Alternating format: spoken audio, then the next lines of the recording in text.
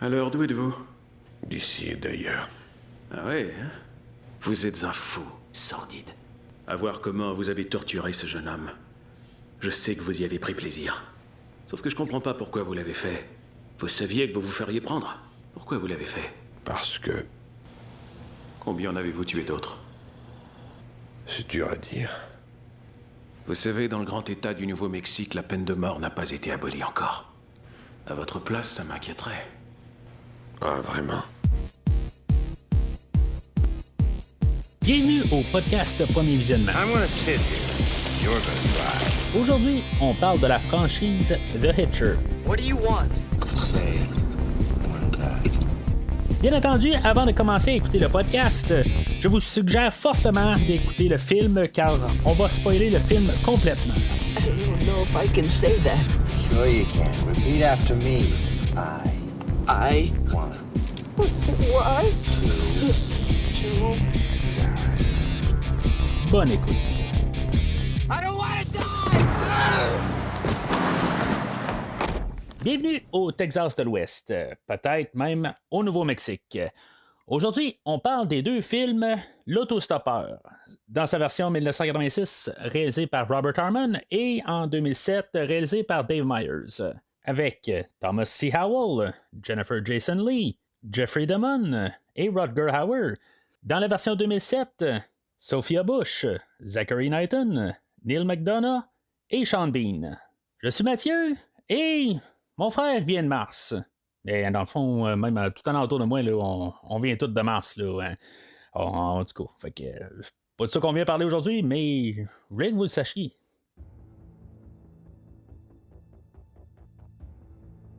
Alors aujourd'hui, on parle d'un film qui, dans le fond, qui a eu un remake. Il y a même eu un deuxième film qui a été fait là, suite au premier film. Il y a eu un spin-off aussi qui a été fait, là, un spin-off mexicain. Malheureusement, je pourrais pas en parler au podcast. En faisant mes recherches pour le film d'aujourd'hui, j'ai essayé de traquer le film, essayé de le trouver. C'est un film de 1993 là, qui s'appelle Sendero Mortal ou Deadly Road. En tout cas, ce film-là, ben, il n'y a à peu près aucun moyen là, de réussir à le trouver. J'avais fouillé sur Amazon, j'ai trouvé une genre de copie de ce film-là, mais finalement, pour me rendre compte que c'était la suite de ce film-là, que j'allais recevoir. Là. Je ne l'ai pas encore su par la poste là, au moment d'enregistrer le podcast. Alors, j'ai aucune espèce d'idée c'est quoi le lien, même en recherchant sur Google, je trouve absolument rien. Là, c'est quoi le lien avec l'autostoppeur, mais en tout cas, quand on fouille un peu partout, on voit qu'il y a on sait qu'il y a un spin-off mexicain sur ce film-là. Mais en tout cas, fait que malheureusement, je peux pas du tout rien dire. Peut-être que quand je vais recevoir le deuxième film, je vais avoir un lien, quelque chose de même. Là, en tout cas, je ferai quelque chose pour ça, mais en tout cas, je ne vais pas revenir avec ça prochainement. Alors aujourd'hui, c'est ça, on va se concentrer là, sur le film de 1986. Dans la rétrospective, quand je vais parler du film, là, que je vais parler du scénario, je vais comparer les deux films en même temps. Je vais faire la version 86 et le 2007, puis je vais en parler dans le fond parce que globalement, c'est pas mal le même film. Puis fait que je vais pouvoir juste faire des comparaisons directes avec qu'est-ce qu'on a refait en 2007. Puis pouvoir juste discuter là-dessus. Puis après ça, ben, on parlera du film de 2003, qui dans le fond qui était la suite du premier film. Où est-ce qu'on avait l'acteur principal du premier film qui revenait, mais plus peut-être dans un rôle accompagnateur. Puis en tout cas, je sais pas si vous l'avez vu, c'est un film qui est sorti juste en DVD là, en 2003. J'en ai parlé là, quand je suis rendu à ce film-là, mais là pour l'instant, au début, je vais me concentrer là, vraiment plus là, sur le film de 86 avec son remake. Mais avant de commencer à parler des films, je vais vous rediriger. Là, si c'est la première fois que vous écoutez le podcast, rendez-vous sur premiervisionnement.com. Vous allez pouvoir voir tout, dans le fond, détaillé qu'est-ce qui a été couvert au podcast là, dans les pas loin de 4 années du podcast. J'ai eu quelques invités au courant des années, mais généralement, le podcast est fait seul. Il y a plusieurs rétrospectives qui ont été couvertes, dont la franchise là, des Top Gun, la franchise des Jurassic Park qui vient juste d'être terminée la semaine passée. Mais le podcast est diversifié beaucoup beaucoup. Puis comme il y a des franchises comme les Rambo ou les James Bond que j'ai couverts l'année passée. Tous les films, un par un, ont été couverts. Puis j'ai même couvert la série des Transformers, vraiment au début du podcast, qui va avoir un lien avec le film d'aujourd'hui, dans sa version remake. Mais on va parler tantôt. Fait que rendez-vous sur provisionnement.com pour voir tout juste des liens directs pour chaque épisode. C'est plus facile de passer par le site internet pour pouvoir voir le catalogue. Question que si vous suivez, mettons, sur Spotify ou sur n'importe quelle autre application de podcast, ben vous allez avoir ça tout comme une liste. Puis dans le fond, c'est juste de voir chaque film passer un par un. Ça reste un peu plus compliqué. Fait que en allant sur le site internet directement, vous allez avoir des liens directs, puis pour pouvoir avoir tous les posters, puis en tout cas, tous des liens directs, là, vous avez juste à cliquer à droite et télécharger l'épisode directement dans votre application, votre téléphone, sur votre ordinateur, dans le fond, en allant directement sur le site premiervisionnement.com. En même temps, bien sûr, le podcast est sur les réseaux sociaux comme Facebook et ou Twitter. N'hésitez pas à liker le post d'aujourd'hui et de publier votre opinion sur le film d'aujourd'hui. Puis c'est sûr, là-dessus, c'est plus facile quand vous likez le podcast et que vous suivez toutes les mises à jour qui vont apparaître dans votre feed de les réseaux sociaux Facebook et ou Twitter. Alors, pour la création du film original, on avait le réalisateur, plutôt l'écrivain Eric Red, qui avait fait un petit film, dans le fond, en espérant avoir un peu une carrière à Hollywood. Puis, finalement, il s'est rendu compte assez rapide là, que finalement, ça marchait pas son affaire. Fait que une bonne journée de même, c'est sûr qu'il faut payer les comptes, tout ça. Puis il décidait là, de partir vers New York, là, puis pour essayer de travailler là. Il a fait une job-in dans le fond pour se rendre dans le fond c'est une voiture qui devait se rendre à une telle place, puis lui dans le fond il la prend puis il l'amène là, un peu comme dans le film d'aujourd'hui, dans le fond dans le film original où il prend une voiture puis c'est ça, il se rend à la place puis la remet à son propriétaire.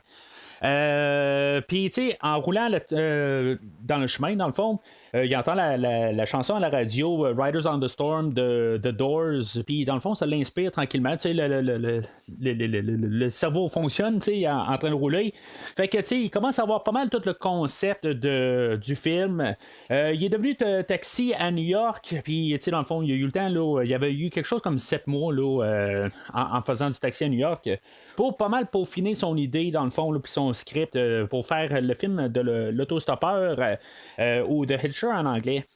Là-dedans, c'est ça. Il est arrivé avec un script là, de 190 pages. Normalement, 190 pages à une minute chaque page. C'est pas mal là, la manière de calculer ça, dans le fond. On tombait avec un film de un peu plus de 3 heures. Finalement, on a un film d'à peu près 1h30. Fait que on sait qu'il y a beaucoup de choses qui ont été raccourcies. En regardant sur Internet ce qui a été raccourci, je suis pas mal sûr qu'il y a plus que ça qui a été raccourci, où il y avait vraiment là, des questions là, on parlait un petit peu trop peut-être dans les voitures parce que ça n'a pas de sens à quelque part là, qu'est-ce qu'on a coupé là, dans le fond là, c'est peut-être une scène de sexe puis un peu là, de visuel, des affaires de même, fait que c'est des écœuranteries que l'autostoppeur va faire là, à la famille là, qui va tout tuer là, au début du film. Fait que c'est des choses de même là, qui sont écrites, là, qui sont documentées, qui ont été coupées. Fait que je suis pas sûr que ces deux scènes-là auraient rajouté là, 1h30 au film, à moins que c'est devenu peut-être un peu trop explicite là, la scène entre Jim Halsey et Jennifer Jason Leigh là, un peu plus loin dans le film là. Fait que en tout cas, c'est tout ce que je peux dire là-dessus. Pour sa version remake, dans le fond c'est pas mal la gang en arrière là, de la compagnie avec de Michael Bay qui nous a apporté là, les fameux films de Transformers où dans le fond il y avait les droits pour faire The Hitcher. Fait qu'on a embauché un réalisateur que lui dans le fond faisait pas mal là, des clips vidéo.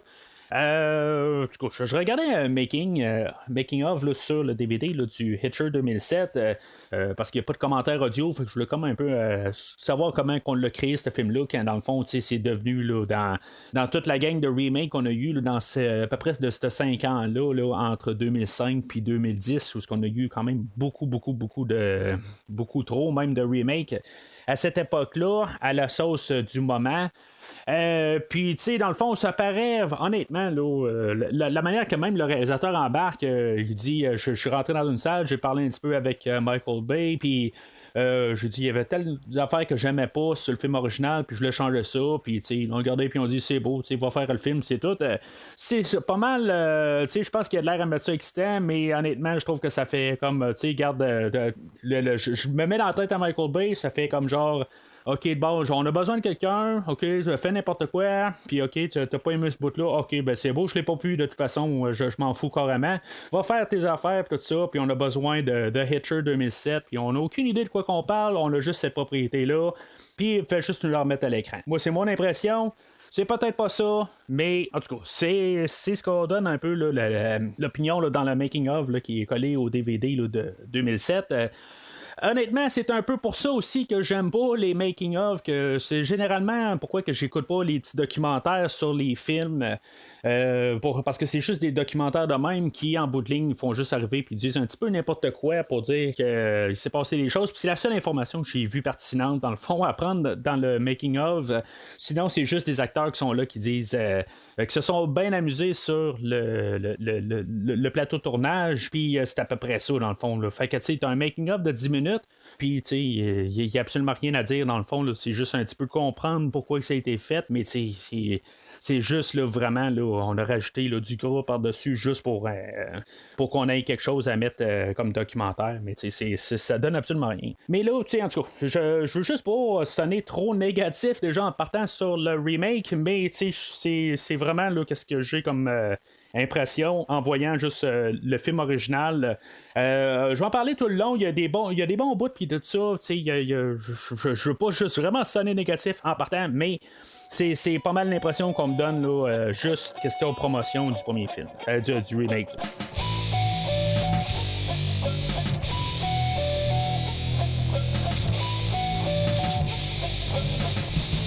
Alors, le film, c'est dans un synopsis général. Pas un scénario bien élaboré. On a Jim Halsey qui a une voiture qui doit rendre à son propriétaire qui a acheté dans un autre état.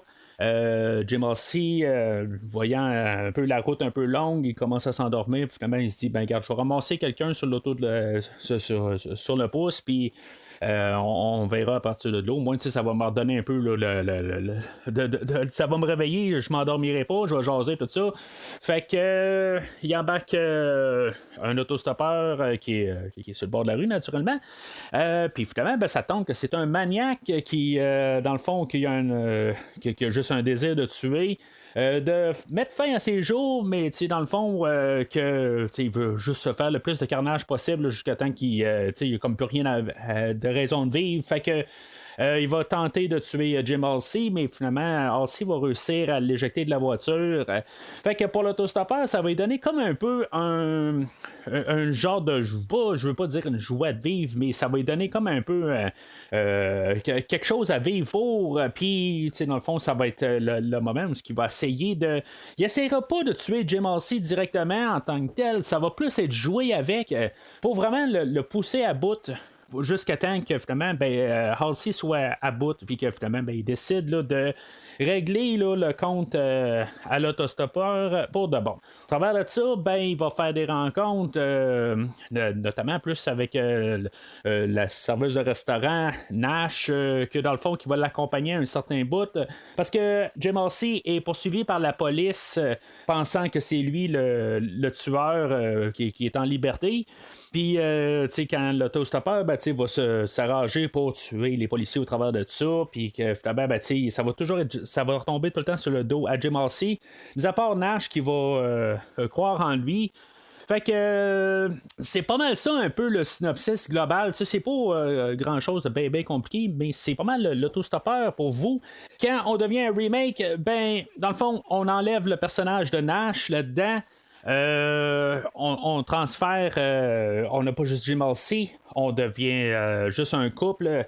On rajoute, on a peut-être transféré Nash en Grace Andrews. Puis c'est ça, c'était un couple qui sont juste en vacances d'été puis qui veulent aller ramasser, aller faire le party avec des amis. Puis que finalement, ils ramassent un autostoppeur en route parce qu'il est en panne puis ils se sentent mal de l'avoir pas snobé, là, mais à quelque part, ils ont failli rentrer dedans, mais ils la rencontrent un peu plus loin puis en se sentant mal, ils décident de faire un lift. Puis c'est pas mal là, les mêmes choses là, qui se passent tout au long du film. C'est juste un petit peu les motivations qui sont un petit peu altérées pour le remake. Mais c'est essentiellement là, le même film. Puis on a changé là, des choses au travers du film. Mais ça, on va en parler là, plus profondément là, dans la prochaine section. Pour les idées du film, c'est ça. C'est pas mal le personnage là, de John Ryder qui s'amuse à faire juste un carnage sur son chemin. Puis en même temps, de comme pouvoir partir peut-être encore plus élevé là, dans les échelons de l'enfer en faisant plus là, de carnage. Puis finalement, en réussissant à pousser quelqu'un qui est pas un tueur du tout. Puis que dans les commentaires audio, c'est quand même assez tordu qu'est-ce qu'on veut faire avec le personnage là, de John Ryder puis de Jim Halsey. Puis on va pouvoir transférer ça peut-être aussi même sur le personnage là, de Grace Andrews. Que l'autostoppeur, lui, il veut en finir avec ses jours, mais en même temps, c'est ça, le personnage de Halsey et de Andrews, eux plutôt, doivent. Ils vont être poussés à bout, puis c'est vraiment pas. C'est comme des personnes pures, ils ont comme rien encore dans la vie, ils n'ont pas de bagage émotionnel encore, ils sont encore. Ils n'ont pas vécu là, dans tous les hauts et les bas de la vie, puis sont encore au début là, de leur vie. Fait que l'autostoppeur là-dedans, il leur donne, en guillemets, peut-être le cadeau de vivre toutes les émotions, toutes les mauvaises expériences en dedans de 48 heures. Il réussit à lui donner ça. C'est tordu comme idée, mais je vois un peu qu'est-ce qu'on dit. Je le vois pas nécessairement dans le film, dans le film de 86 là, avec le commentaire. Je comprends un peu qu'est-ce qu'ils veulent dire, mais je le vois pas à l'écran. Mais c'est ça un peu que, si on regarde un peu, on peut le voir comme idée, mais le but de l'autostoppeur, c'est de juste faire un carnage tant qu'à moi, puis finalement, donner de réussir à transférer quasiment le flambeau à quelqu'un que, à quelque part, la personne là, qui est tout nouveau dans la vie, va être prêt finalement là, à sauter du côté obscur là, d'ici la fin du film.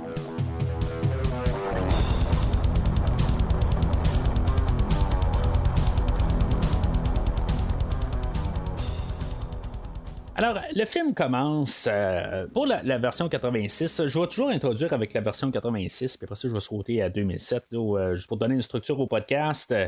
C'est sûr que, quand je vais parler de 2007, des fois, je vais rejouer un petit peu avec la manière là, de présenter le film, parce que il y a beaucoup de genres d'hommages d'un côté. On utilise la même structure, mais il y a des choses qui sont échangées et tout ça, mais je vais souvent parler plus de l'équivalent, dans le fond, qu'est-ce qu'on fait là, dans la version remake. Mais je vais suivre pas mal tout le scénario là, du film de 86.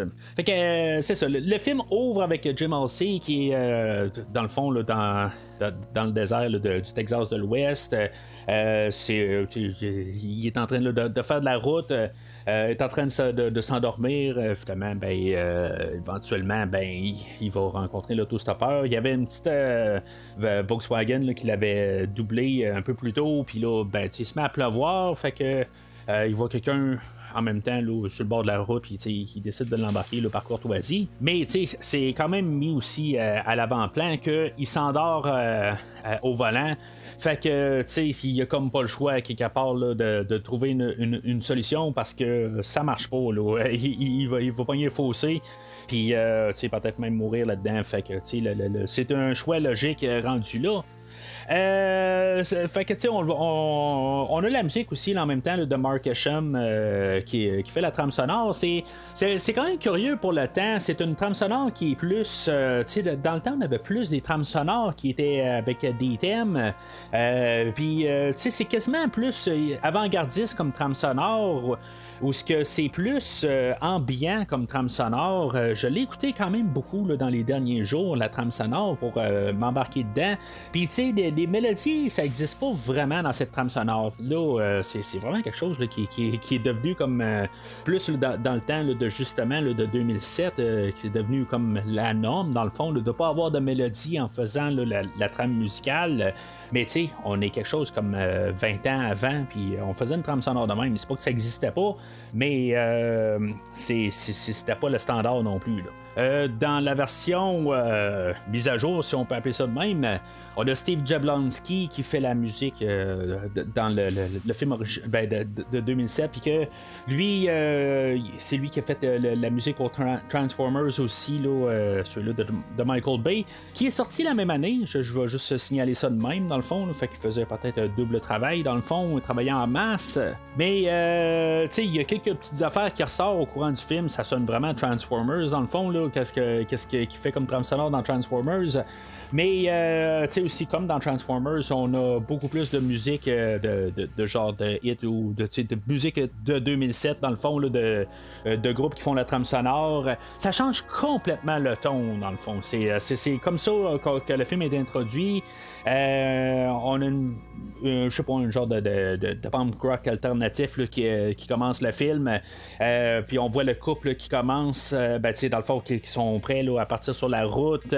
On a Grace que dans le fond il a passé tout droit pendant que son chum Jim Halsey vient la chercher en voiture. Puis que, tu sais, je sais pas, elle sort en pyjama. Puis finalement elle doit changer dans la voiture. Je veux dire, c'est comme change-toi avant d'embarquer dans la voiture.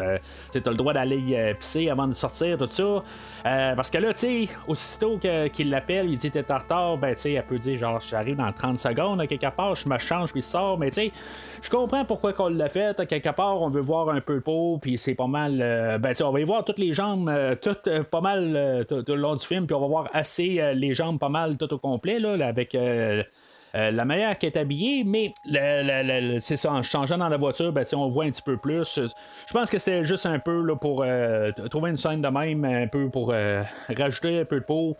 Mais c'est ça, je veux dire, en fait, de logique, là, à quelque part, elle a juste à sortir 30 secondes plus tard, puis aller à la salle de bain, puis juste un peu s'habiller.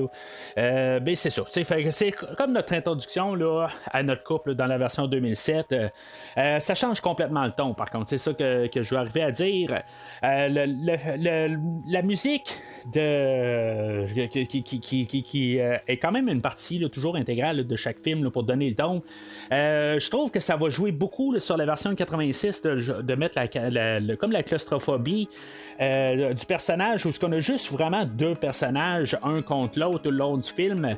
Là, avec tout comme la musique au travers, tout ça, c'est comme ça rajoute, même, tu sais, c'est peut-être juste même entendre d'autres voix que d'entendre nos personnages, notre couple parler tout le long, ça fait qu'ils se sentent moins tout seuls, quelque part. Je trouve que ça change vraiment le ton. Puis déjà là, ils sont un petit peu, par définition, un petit peu moins en danger parce que, tu sais, ils sont moins tout seuls au monde. Là, je suis pas en train de dire qu'un est mieux que l'autre, mais ça change totalement le film. C'est juste ça que je vais dire. On va suivre la même structure, même idée de film, là, en fait, de scénario. Tu sais, on a, juste quand on écoute le remake, on voit que Eric Red, l'écrivain du premier film, apparaît dans le générique du remake. Mais il n'y a pas eu affaire à ça du tout. Probablement qu'on s'est dit, regarde, toute la structure est là, généralement tout est là. Fait qu'on lui a juste donné là, quand même le crédit pour ça, mais en bout de ligne, il a pas travaillé du tout sur le remake. Fait que notre couple, c'est ça, dans le fond, il est en train de rouler, puis finalement, ils vont croiser l'autostoppeur pendant qu'il se met à pleuvoir, mais l'autostoppeur, lui, il se plante au milieu de la rue, dans le fond, puis dans le fond, il va se sauver de là, il dit, hey, voyons, il est malade, là, se planter au milieu de la rue de même, là, c'est une bonne raison pour pas le ramasser, justement. Fait que il continue plus loin à une station-service, puis finalement, l'autostoppeur, il réussit à se faire ramasser là, par une vanne. Puis il va se ramasser à la même station-service que notre couple. Puis là, tu sais, dans le fond, en faisant sentir mal un peu Jim, tu sais, où il y a comme le commis, puis tu sais, il commence à. Jim est quand même une bonne personne, où il arrive, il dit, hey, tu sais, il y a quelqu'un qui est en panne un peu plus beau sur la route, fait que tu sais, tu peux t'envoyer une dépanneuse. Puis, tu sais, en même temps, ben, John Ryder arrive, puis il dit, bah, tu sais, regarde, peux-tu me faire un lift? Il va pas mal plus s'imposer, c'est ce qu'il faut remarquer, mais en même temps, ben, tu sais, juste pour pas créer de malaise, ben, tu sais, c'est beau, tu sais, on va te lifter, là. Le film original, je l'ai vu quand même assez souvent, là, en bas de mes 10 ans, dans le fond, là. Peut-être que c'était pas l'âge approprié pour voir ce film-là, mais tu sais, je l'ai vu vraiment, là, tu sais, dans le fond, il a dû passer à super écran, quelque chose comme j'avais 6-7 ans, dans le fond, puis je l'ai vu, là, amplement de fois, là, à cette époque-là. Puis le Toastopper de 2007, ben, je l'ai vu au cinéma. Puis je me suis vraiment posé la question comment qu'on va arranger ça pour faire la scène de départ, dans le fond, là, pour créer là, comme vraiment le côté, là, le protagoniste contre l'antagoniste du film, en sachant qu'ils sont deux dans la voiture et notre Toastopper. Dans l'original, ben, c'est ça. On a juste les deux personnes, fait que il l'attaque direct, puis il n'y a pas quelqu'un en arrière de lui. Fait que dans le remake, ben, c'est ça, il va réussir à aller agripper Grace en arrière, puis dans le fond la menacer d'un couteau. Puis je dis que c'est là à peu près qu'on peut se rendre compte qu'on a un film très inférieur avec le film de 2007. Quand on le compare au film de 86, je suis pas en train d'attaquer juste nécessairement de dire que c'est un mauvais film. Je fais juste dire que la prestation de Rutger Hauer versus la prestation de Sean Bean. J'enlève rien à Sean Bean. Pour la générale, je vais prendre le personnage de Rutger Hauer, le John Ryder de 86. Bon, ça a l'air qu'il s'appelle pas John Ryder dans la version 2007. Il va avoir on va voir un permis de conduire plus loin là, pour dire que cette personne-là est morte. Là. Dans le fond, c'est un genre de caméo là, du réalisateur, parce que le réalisateur, c'est lui qui est sur la photo, là, mais on va l'appeler quand même John Ryder, ça va être plus simple. La version de 86, interprétée par Rutger Hauer, je vais y inventer un prequel dans le fond. Comment que je vois le personnage? Moi, j'ai l'impression que si, mettons, on devait avoir The Hitcher prequel, ce personnage-là, il avait comme une vie un peu normale. Peut-être que il a perdu tout en bourse ou quelque chose de même. C'est possible aussi que c'était genre un vagabond, quelque chose de même. C'était quelqu'un de sensiblement ordinaire un peu. Qu'est-ce que la normalité que Forrest Gump dirait, mais en tout cas, c'est quelqu'un là, qui est dans la classe moyenne, puis que il fait ses petites affaires. Puis un jour, ben, il a juste comme ça a mal sonné dans sa tête, puis il a entendu des voix, quelque chose de même, il avait besoin d'un lift, quelque chose de même, puis il s'est dit qu'est-ce qui se passerait si, mettons, je me mettrais à tuer une personne dans le nowhere, puis pour essayer de lui donner quelque chose, puis tu sais, dans le fond, c'est quelqu'un qui n'avait assez de sa vie, puis finalement, ben, il s'est ramassé là. Moi, c'est comme ça, je vois ça un peu, le personnage là, de John Ryder 86. Il a juste comme rien à vivre comme vie, il a perdu, il a pas de fun, rien du tout, puis là, tout d'un coup, il essaie de trouver quelque chose, puis c'est un psychopathe, dans le fond. La version de 2007, je dirais que je sens que il y a quelque chose en arrière. Il y a eu un passé. Il y a peut-être il vient peut-être d'une guerre. Là, on a eu comme l'Afghanistan en début 2000. Je sens qu'il a comme peut-être perdu quelque chose. Il a perdu un autre jouet de vivre quelque part. Il demande quelque chose d'autre. On sent que c'est pas exactement le même passé. C'est la question de l'interprétation. On ne laisse absolument aucun détail de savoir qu'est-ce qu'ils ont comme passé. Ça, c'est juste mon cerveau qui remplit là, le trou. Je dirais que probablement qu'il a perdu vraiment là, tout le monde dans son entourage, peut-être sa femme et ses enfants, d'une version atroce. Moi, je remplis ça par il était en guerre, puis il est revenu, puis sa maison est en feu avec toute sa famille là-dedans, dans le fond, pour aucune raison. Puis que, dans le fond, il est comme un peu une rage contre l'humanité à quelque part. Puis que. Que c'était une bonne personne avant, mais que c'est ça, c'est comme il cherche un peu la vengeance, un peu. Peut-être comme Dracula, un peu, là, que genre, il y en a un peu contre le Christ, que, dans le fond, qu'il a fait quelque chose pour l'Église, puis que finalement, ben, le hasard le fait tout perdre pareil.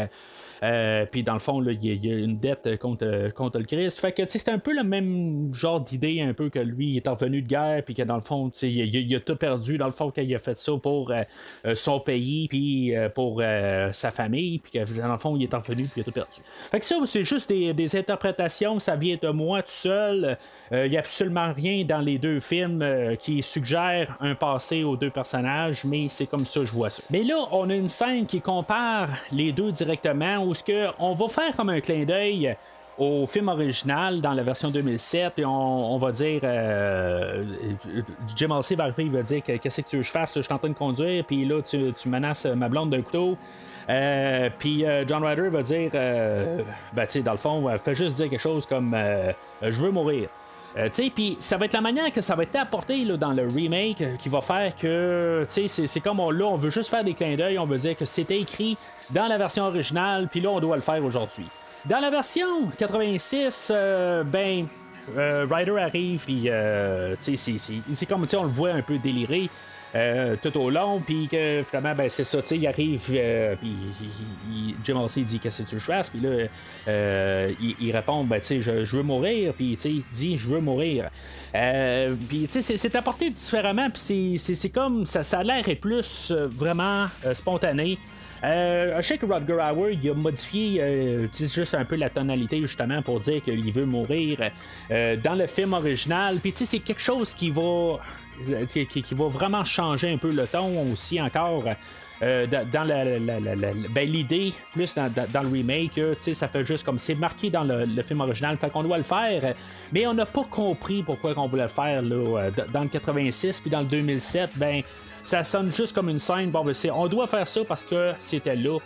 Fait que, ils vont réussir à sortir John Ryder de la voiture. Ils sont bien contents de ça, mais ils continuent sur leur chemin. Ils disent, bon, on s'est sauvé d'un maniaque. Éventuellement, ils vont rencontrer une voiture sur la route puis se rendre compte que John Ryder est en l'arrière de la voiture, puis va essayer de le doubler, puis finalement, il va y avoir une voiture qui va arriver à contresens. Dans le remake, ils vont perdre leur voiture rendue là, mais dans la version originale, il va juste comme pogner le fossé, puis il va pouvoir finalement rattraper la voiture. Finalement, c'est ça, il y a eu un massacre dans la voiture familiale.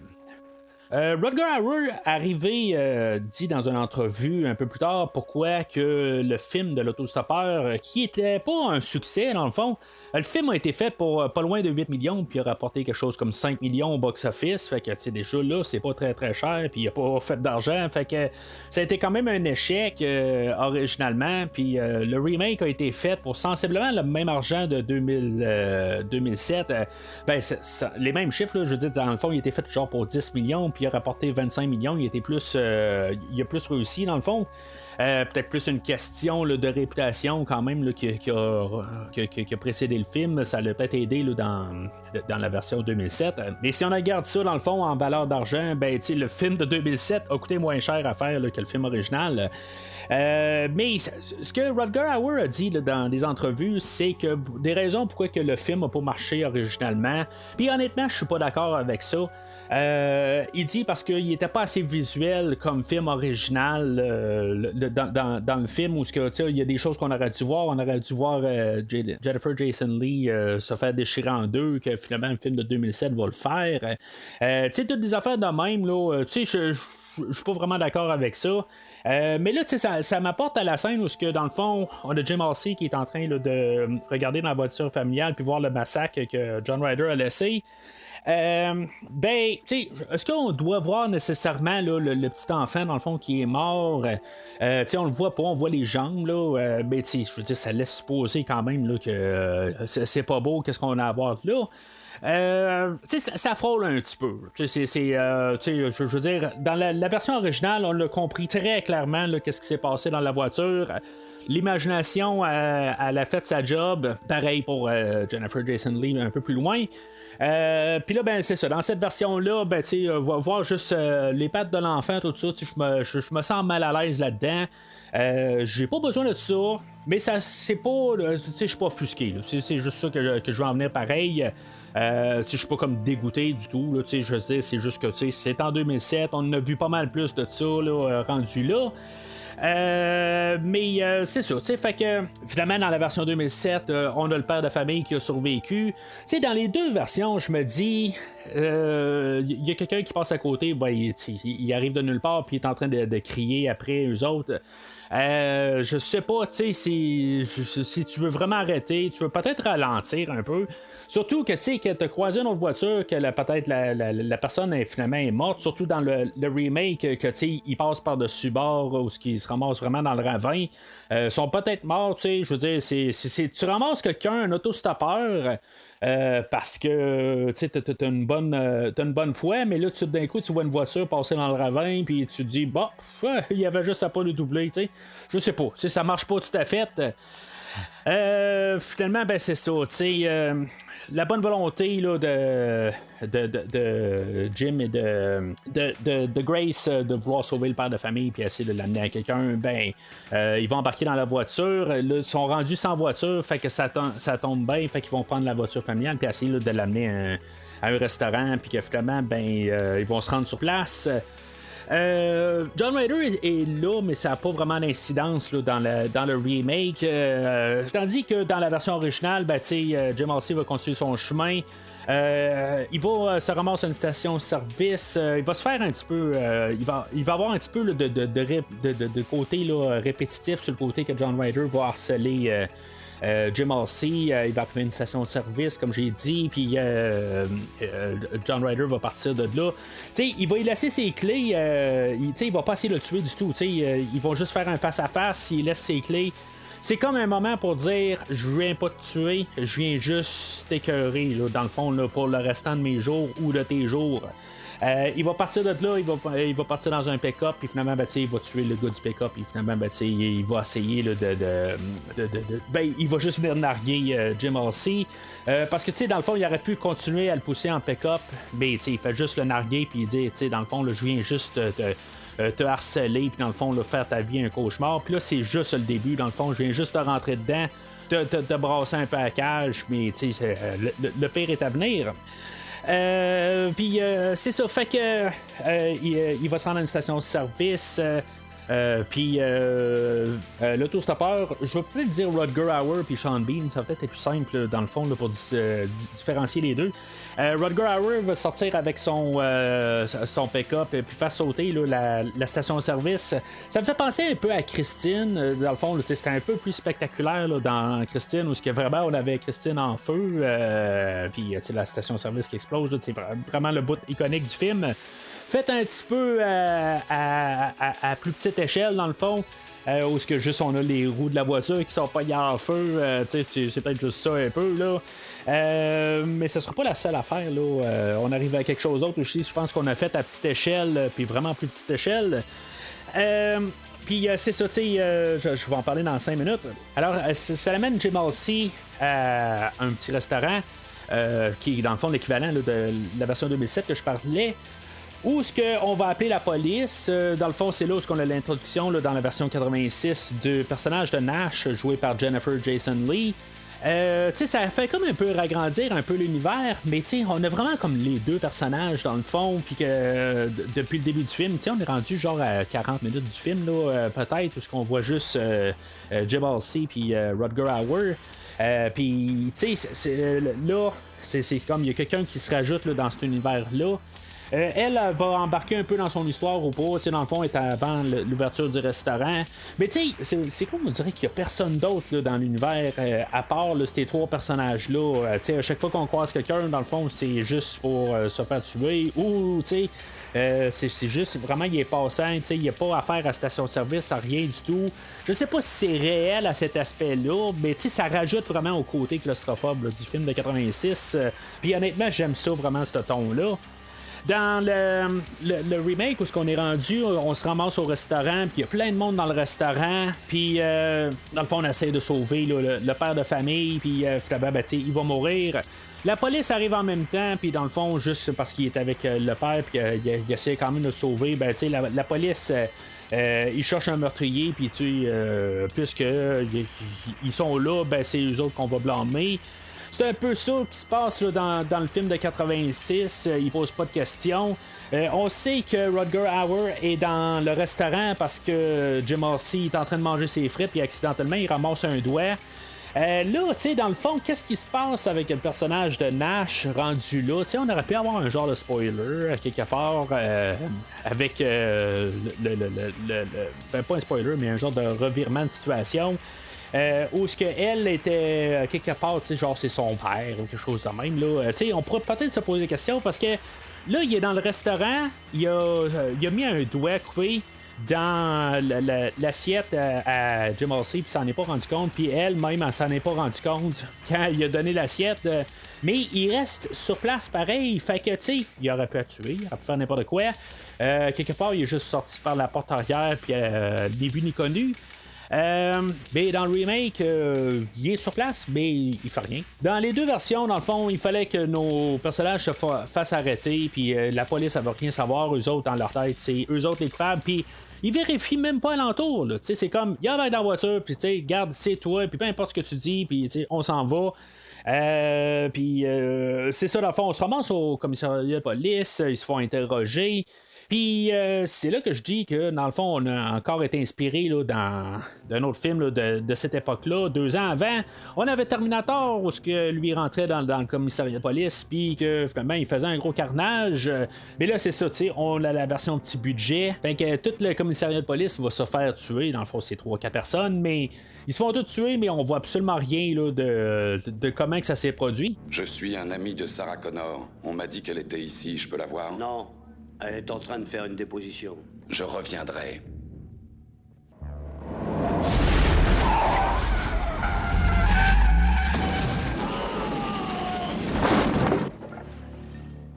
Honnêtement, tu sais, je pense que c'est mieux pour savoir comment ça s'est passé parce que je suis même pas sûr que ça a du sens. Dans l'original, tu sais, on voit un chien qui se promène, puis tu sais. Je sais pas, tu sais, il n'a pas essayé de sauter sur John Ryder quelque part. Tu sais, on se pose des questions quelque part de savoir comment il a pu arriver puis juste rentrer puis tuer. C'est sûr que tu sais, probablement un par un, puis tu sais, il y a peut-être de l'entraînement militaire, des affaires de même là, peut-être qu'il a réussi à en arriver à bout. C'est sûr que le John Ryder de 86, il a de l'air à voir à l'avance. Il a comme laissé un arme qu'il savait que Jim Halsey allait ramasser, puis qu'il a vidé les balles du revolver, puis sachant que c'était certain qu'elle allait le ramasser. Là, la prochaine section n'arrive pas, il n'y a pas vraiment d'équivalent là, dans le remake. Mais on a Jim Halsey qui se sauve de là, puis finalement il va trouver une autre station-service, puis la police arrive, puis dans le fond Jim Halsey va comme supposer qu'ils sont venus l'arrêter. En panique, c'est ça, il va se pointer en face de la police, puis dans le fond il va comme garder les deux policiers en otage, il va essayer de négocier avec le shérif. Il dit regarde, j'ai rien fait tout ça, puis j'aurais pas de me faire avoir, puis dans le fond vous êtes en train de poursuivre la mauvaise personne, j'aimerais ça me rendre tout ça, mais sauf que je veux être sûr de me rendre sur les bons termes. Finalement, pendant qu'il est dans l'auto de police à l'arrière, on a Rutger Hauer qui arrive avec son pick-up, puis il va descendre les deux policiers là. Vraiment, il doit avoir certainement un arrière là, en arme quelque part. C'est un militaire ou c'est c'est un policier ou c'est un sniper ou c'était quelque chose de même, là. Parce que, tu sais, chaque fois qu'il tire, je veux dire, c'est bullseye, là, c'est directement là, à la bonne place. En plus de la voiture qui bouge, tout, c'est comme tout avec l'angle, tout ça, comme c'est parfait comme tir. Mais c'est ça, tu sais, après ça, Jim se ramasse dans le fossé, puis finalement, tu sais, il veut peut-être mettre fin à ses jours, mais tu sais, finalement, il décide de continuer rendu là. Moment quand même un petit peu plus émotionnel, à quelque part, tu sais, il commence à être poussé à bout, là, tu sais, il fait vraiment vivre un enfer. Puis il faut remarquer qu'il y a plusieurs fois où Rutger Hauer aurait pu tuer Jim Halsey, mais il l'a pas fait. Fait qu'il va se ramasser dans un autre restaurant, encore une fois, et il va s'asseoir à une table, puis pendant que personne n'est là, tu sais, c'est comme le gérant ou le serveur, n'importe quoi, là, qui est en arrière du comptoir. Il voit absolument rien. Il s'en va à l'arrière du restaurant. Puis on a toute la conversation entre Rutger Hauer et Jim Halsey. C'est vraiment un moment fort du moment. À chaque fois que fort du moment, fort du film où on a toute la performance là, de Rutger Hauer qui dans le fond qui est comme en train là, de regarder par pitié. Le personnage de Jim, dans le fond, parce que là, tu sais, l'autre, Jim, il pense que l'arme est chargée. Puis, dans le fond, Rutger Hauer, il se fout carrément de sa gueule. Ou il dit, tu sais, regarde, ton revolver, il est pas chargé, mais c'est le mien, il est chargé. Puis, tu sais, il voit absolument rien. Puis, tu vois la face à Jim Halsey, il dit, oh, ça va mal aller. Puis, Rutger Hauer, il fait juste donner un coup sur la table. Puis, l'autre, il part en panique. Il tire toutes les balles du fusil, mais c'est ça, le fusil est vide. Fait que, tu sais, c'est juste un peu qu'est-ce qui se passe là, dans toutes ces scènes-là. Puis, la prestation là, de Rutger Hauer. Où ce que Jim va demander, il va dire c'est quoi tu veux en bout de ligne. Rutger, il va y mettre 2 cents sur les yeux dans le fond, comme pour payer le passeur dans le fond, tu payes l'homme dans le fond, tu donnes, tu le payes là, dans le fond là, pour passer là, dans l'au-delà. C'est comme un peu une manière de dire que Jim est mort à l'intérieur, puis que dans le fond, il doit un peu peut-être avoir quelque chose, dans le fond, un but de vivre, quelque chose de même. En tout cas, c'est comme ça que je le vois. Fait que Jim va partir de là, il va percevoir un autobus voyageur qui ramasse du monde dans le fond, fait qu'il va s'arranger pour embarquer à bord. Puis dans le fond, on dirait qu'on tourne en rond là, dans cet endroit-là. C'est sûr que dans le fond, il prend juste n'importe quoi qui est là juste pour foutre le camp. Puis c'est ça, dans le fond, le personnage de Nash va embarquer là, dans l'autobus. Puis c'est là où dans le fond la relation va pas mal se souder entre les deux personnages. Dans le fond, elle va embarquer quand même assez rapide là, dans le fond à le croire. Éventuellement, il y a quelqu'un d'une manière qu'il a appelé la police. Est-ce que c'est Rutger Hauer qui a appelé la police? Mais c'est pas clair. Peut-être que c'est le commis, finalement, quand il voyait que Jim Halsey avait un revolver en dessous de la table, peut-être qu'il a gardé son bord, puis il a appelé la police, puis il a dit il est plus ici, puis il y a un voyageur qui est parti. Fait que c'est peut-être ça, mais on sait que Rutger Hauer aussi les suit en camion. On sait pas exactement, dans le fond, comment que on passe du point où que la police les intercepte. Mais c'est ça, fait que la police arrête l'autobus, puis dans le fond ils veulent pas être doux avec Jim. Fait que Nash s'en rend compte, puis elle finalement elle va prendre le revolver que Jim avait jeté à terre, puis elle va dans le fond délivrer Jim. C'est peut-être un peu de sauter là, du coq à l'âne assez rapidement. Comme je dis, elle a juste comme confiance en lui. Peut-être que elle a, dans le fond, elle aussi, là, sa vie est monotone, elle sait pas quoi faire exactement. Peut-être c'est juste parce que c'est une martienne aussi, je sais pas, c'est peut-être la mentalité qu'elle a, je sais pas, elle a la scène là, dans le resto où ce qui se rencontre, où ce qu'elle dit que dans le fond, toute la famille, toute sa famille vient de Mars, tout ça, c'est comme un petit peu n'importe quoi, mais dans le fond, c'est un peu pour montrer là, qu'elle se sent quand même un petit peu à l'aise avec lui, mais c'est ça, dans le fond, là, là, elle saute vraiment là, dans la vie à Jim. Mais là, c'est ça, je me dis, à quelque part, pourquoi est-ce que, dans le fond, elle va délivrer Jim là, des policiers. Ils vont embarquer dans la voiture, puis dans le fond, la première affaire qu'ils vont faire, c'est ils vont prendre la radio, puis dire on se rend. Mais, tu sais, pourquoi pas juste avoir pris la radio sur place, puis juste comme avoir tenu les policiers, les attacher, puis dire, regarde, là, on va appeler la police, puis tu sais, vous restez là, on vous attache, puis c'est tout, on attend. Pourquoi se sauver avec la voiture de police? Probablement pour avoir une scène d'action un peu, où ce qu'on a un petit peu là, une poursuite de voiture. Ça va terminer qu'on va avoir quand même une belle petite scène de poursuite où que les voitures vont de police là, c'est pas du gros budget là, dans le fond là, c'est pas du Transformers là, dans le fond là, mais c'est juste comme deux voitures qui vont se planter tout ça, mais c'est quand même assez bien fait. Mais le côté que c'est apporté, c'est plus dramatique. Il y a je sais pas, c'est plus de tension.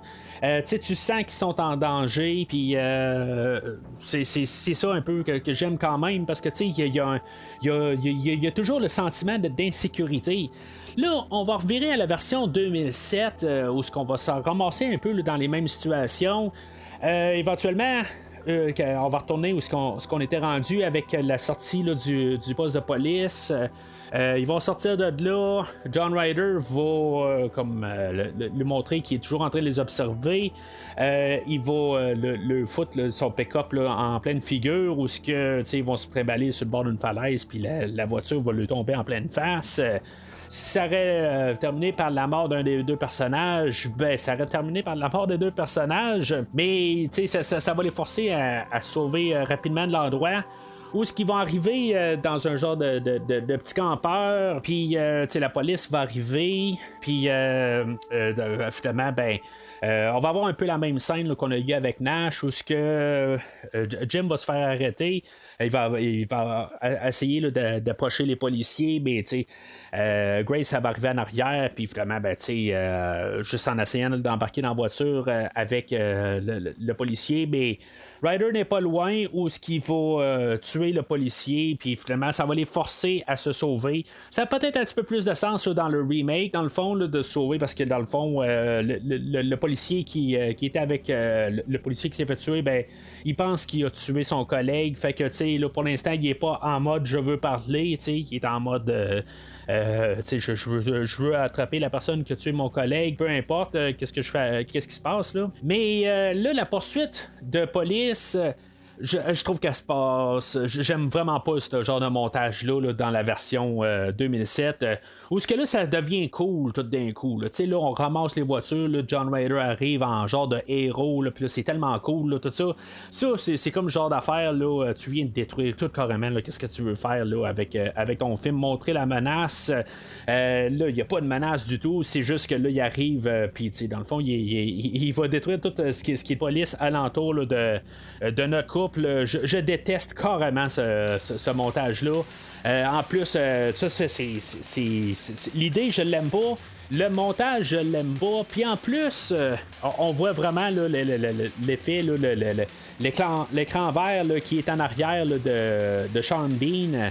C'est clair, c'est surimposé, là, c'est dégueulasse, là, tout est mauvais, la musique qui joue par-dessus, je déteste complètement cette scène-là. Si ce film-là a pris quelques petites affaires de d'autres films qui les fait au petit budget, ce film-là, à petit budget, va avoir peut-être inspiré un film à super gros budget. En 2015, on a eu le film Spectre, film de James Bond, où ce que James Bond descendait un hélicoptère avec son Walter PPK. On va avoir en 86 et en 2007, on va avoir un personnage qui va avoir juste un simple revolver également, puis il va descendre un hélicoptère. Fait que, tu sais, et voilà, on a la réponse là, de quand j'ai parlé de Spectre avec Christophe il y a un peu plus d'1 an de ça. Où est-ce on disait que c'était un petit peu ridicule que James Bond réussit à descendre un hélicoptère, mais on l'a déjà fait là, plusieurs années avant. Alors on se ramasse dans un hôtel, ils vont rentrer clandestinement là, dans une chambre. Là, tu sais, je trouve qu'il n'y a pas vraiment une raison pourquoi ils devraient se sentir en sécurité. Ryder, c'est clair qu'il regarde, dans le fond, chaque mouvement, qu'est-ce qu'ils font. Fait que, tu sais, dans les deux versions, ils rentrent dans une chambre, puis, tu sais, dans le fond, ils vont s'en reposer, tout ça. Mais il aurait dû comme trouver une autre manière là, de sortir de là. Plus tranquillement pour être sûr qu'ils ne voyaient pas. T'sais, ils rentrent, mais ils sortent par la porte arrière, quelque chose de même. Parce que c'est sûr qu'ils regardent à quelque part. T'sais, il fait ça depuis le début. Puis pourquoi que ça arrêterait là? Fait que c'est un moment là, où tous nos personnages, les deux versions, ils baissent leur garde. J'imagine que l'idée là, de la scène de sexe entre les deux personnages là, dans la version 86, elle a été coupée là, mais tu sais, je veux dire, il n'y a aucune raison pourquoi ça pourrait marcher dans le fond, en fait, le scénario. Tu sais, Jim, il va arriver, il va dire à Nash, il va dire, tu sais, on fait pas d'appel. Pourquoi qu'on fait pas d'appel? C'est peut-être pour une question là, de justement, tu sais, là pour l'instant, personne ne sait où est-ce qu'on est. Fait que, tu sais, on va pas attirer la police. Probablement que le téléphone là, du père à Nash, il est écouté. C'est probablement une des raisons pourquoi que la police va se ramasser sur place. Ce qui est ironique, c'est dans la version 2007, ben c'est là où on décide on dit, ben on va essayer d'appeler quelqu'un, mais le téléphone, il faut passer là, par la réception. Fait que, tu sais, on veut pas utiliser le téléphone. Fait que c'est juste un petit peu une différente version de la même chose, dans le fond. Où est-ce qu'on peut pas prendre le téléphone, mais c'est ça, tu sais, dans le fond, c'est peut-être ça qui va un peu tout sauver la situation là, dans la version de 2007, ou plutôt la version de 86. Dans la version 2007, c'est comme tout d'un coup, bon, on est à l'hôtel, on est en sécurité, moi sortir, puis je vais aller essayer d'aller appeler la police, tout ça. Puis tu sais, c'est comme quelque part, pourquoi tu te sentirais plus en sécurité là? Tu sais, j'ai un petit peu de misère à comprendre un peu le saut, qu'est-ce qui se passe là-dedans. Dans le fond, Jim Halsey va disparaître pas mal là. J'imagine que quand il va sortir, Ryder est sur le bord de la porte, puis il va assommer Jim, puis il va l'attacher, mais c'est pas très clair à quelque part. C'est comme après ça, il va essayer là, d'aller agresser Grace dans son lit. Mais tu sais, je le sens pas comme un agresseur sexuel du tout. Là. Je sais pas ce genre de personnage-là que j'ai un petit peu. Cette scène-là me frotte un petit peu du mauvais bord. Qu'est-ce qu'il voulait faire? Là, il est-tu rendu au point où il veut vraiment juste les tuer puis en finir, ou vraiment encore plus les pousser à bout? Mais en tout cas, je sais pas. Je pense que ça aurait été mieux à quelque part de juste comme pendant qu'il est couché, ben. Juste ouvrir la porte et c'est tout. Parce que là, tu sais, si maintenant il aurait réussi à la tuer, c'est quoi qu'il aurait fait avec Jim à quelque part? Il l'a attaché entre deux vannes. C'est quoi qu'il a fait avec Jim pendant tout ce moment-là? Tu sais, c'est comme il manque un petit bout à quelque part. C'est juste une question de logique. Il l'a attaché entre deux vannes, il est parti voir Grace, voir qu'est-ce qu'elle faisait, puis là, il a vu dans son lit, puis là, ben, tu sais, il dit, bon, ben, je vais aller l'agresser, ou je vais aller faire quelque chose avec, n'importe quoi, tu sais, je vais juste aller essayer de la pousser à bout. Je pense qu'il aurait dû juste ouvrir la porte, puis aller niaiser avec le 18 roues. Ce qui est vraiment ce qui a été fait dans le fond là, dans la version de 86, c'est plus subtil, tu poses plus des questions. Là, c'est comme s'ils savent à quelque part qu'on sait c'est quoi le film de 86, puis dans le fond, on sait un peu à quoi s'attendre. Là, c'est la fameuse scène, dans le fond, là, que je pense qu'il va avoir fait la réputation du film. Peut-être que le film ne serait pas reconnu, dans le fond, sans cette scène-là, où ce que, on a vraiment poussé là, la limite là, de qu'est-ce qu'on peut vraiment espérer dans un film. Surtout à 3/4 du film, où ce que Jennifer Jason Leigh, elle est attachée avec le 18 roues. Dans le fond, c'est elle qui fait la jonction entre la remorque puis la vanne, dans le fond. Puis, tu sais, on peut arriver puis regarder le film puis se dire, ben, tu sais, il le fera pas, puis finalement, ben, ils le font. Tu sais, c'est sûr qu'il y a des films un petit peu plus extrêmes qui ont déjà fait des affaires pires que ça, là, tu sais. Sauf que, tu sais, au cinéma, quand même, c'est peut-être que, tu sais, en 1986, c'était peut-être un petit peu extrême. C'est pas le genre d'affaire là, qui va dans les salles. Peut-être quelque chose qui a joué contre le film, justement, que c'était peut-être un petit peu trop extrême pour la clientèle là, de 1986. Là, même Roger Ebert là, qui a vraiment là, donné rien au film. Fait que c'est sûr ça l'a pas dû aider beaucoup là, comme cote au film. Là, en tout cas, c'est un petit peu ridicule, là, mais Je trouve que c'est vraiment une scène forte pour le film. Puis, je trouve que quand on regarde ça, ben c'est justement ça fait le film. Là, dans les deux versions, c'est pas mal la même idée. Dans le fond, c'est notre protagoniste, dans le fond, est placé là, en face là, de notre antagoniste, où ce que c'est le Ryder a le plus gros jeu. Dans le fond, lui, il veut mourir, puis en se faisant tuer, ben il va tuer une autre personne en même temps. Pourquoi est-ce qu'il n'y a pas quelqu'un dans la version, je pense que c'est l'original, où est-ce qu'on a juste des cordes qui retient Jennifer Jason Leigh, tu sais, que je veux dire, je sais pas, tu prends une machette assez le couille là, assez rapidement, c'est sûr que ça pourrait arriver puis couper de main, quelque chose de même, mais tu essaies de faire quelque chose, tu passes en dessous là, de la vanne quelque part, tu peux essayer des choses un peu, il y a des petites affaires qui peuvent être essayer, mais en même temps, c'est pas des commandos, c'est des policiers, puis ils sont un petit peu redneck, on l'a vu là, depuis le début du film, ils sont un petit peu tout le temps, là, on fonce sans penser. Fait que je pense pas qu'ils ont pensé à ça, de juste essayer là, de passer en dessous de la remorque, là, mais en tout cas, c'est pour les besoins de la scène, à quelque part, on doit avoir Jim Halsey ou Grace Andrews là, dans la version 2007 pour régler la situation. Puis, dans le fond, là, on a le personnage de Ryder, que en bout de ligne, lui, il pense qu'il a poussé tout à bout à quelque part, puis que peut-être qu'il va réussir à finalement se faire tuer par quelqu'un qui ne tuerait pas dans une autre situation, mais c'est ça, finalement, il reste déçu de ça. Puis que finalement, il doit peser sur la pédale d'accélération. Puis finalement, déchirer là, l'amour là, de notre personnage principal. Là. Arrêtez le camion! Non. Arrêtez ce camion ou je tire! Descendez-moi et mon pied lâchera l'embrayage. Qu'est-ce que vous voulez? Foutez-le dans ma figure, allez. Juste ici.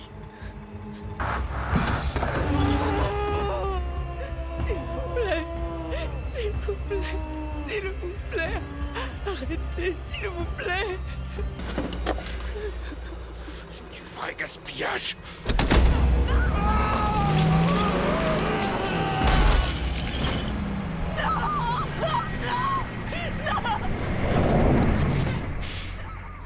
Encore une fois, je vais dire que qu'est-ce que Rutger Hauer a dit qu'on devait peut-être le voir. On l'a fait vraiment, c'est pas du CGI dans le fond, là, Jim Halsey qui se sépare en deux. Mais honnêtement, je trouve que ça l'enlève quelque chose quelque part. Je sais pas, j'aime mieux avoir la pensée de qu'est-ce qui s'est passé à. Je comprenais dans le sens là, de Jennifer Jason Leigh qui se sépare en deux. Pour moi, c'est plus écœurant que qu'est-ce que je vois là, dans la version 2007. C'est clairement un mannequin. Puis, oui, il y a de l'air quand même assez humain, mais je sais que ça ne l'est pas. Puis, dans le fond, mon imagination est plus forte que qu'est-ce que je vois à l'écran. Mais c'est ça. Fait que nos personnages là, ils sont tout le monde est arrêté dans le fond. On se ramasse au commissariat de police où dans la version 2007 on sait que techniquement c'est pas il s'appelle pas John Ryder dans le fond, on sait pas c'est quoi le nom de l'autostoppeur. On va continuer à l'appeler on va l'appeler Sean Bean comme j'ai dit. Je pense que je l'ai pas appelé Sean Bean du podcast, mais c'est pas grave. On va continuer dans le même sens. Dans la version 86, je sais pas si Jim il va essayer de donner quelque chose à Rutger Hauer pour qu'il puisse se défaire de ses menottes. Est-ce qu'il va lui donner un trombone ou quelque chose en même? C'est pas très clair.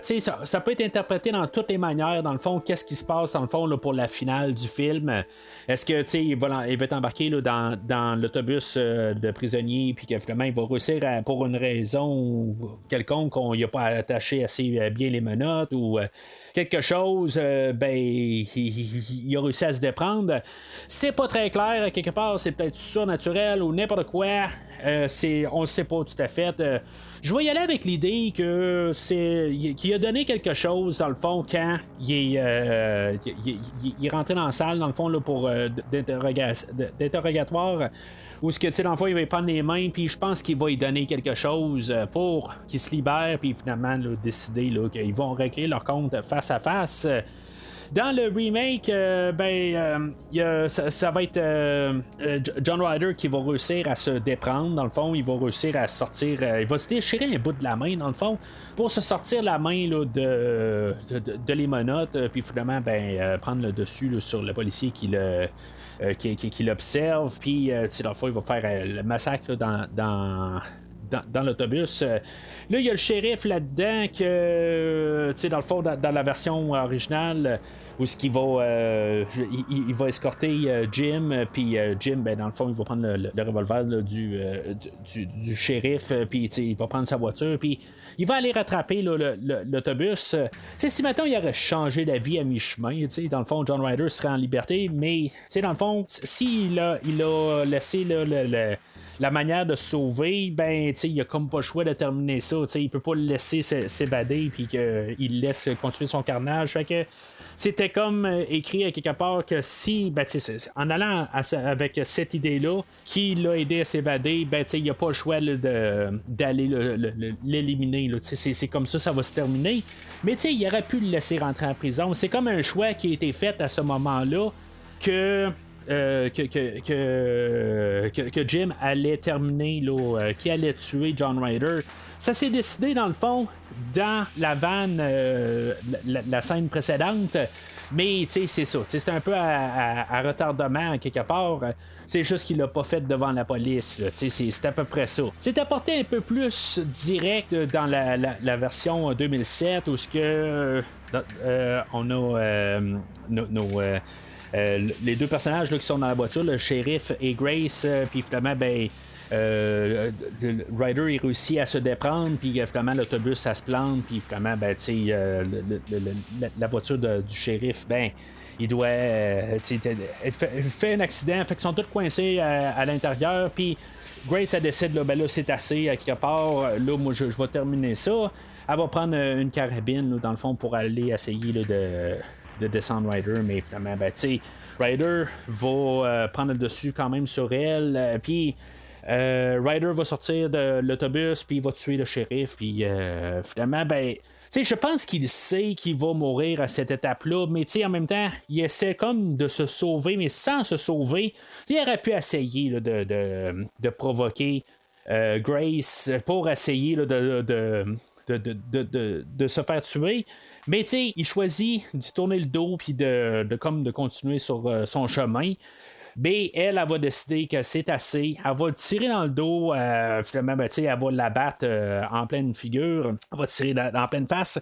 C'est supposément une fin alternative qu'il avait été suggéré de faire dans le film original où ce que Rutger Hauer, une fois que il va Jim va poursuivre l'autobus, puis Rutger Hauer va ouvrir la porte, puis il va sauter dans la voiture avec Halsey. Rutger Hauer va tirer sur l'auto de police.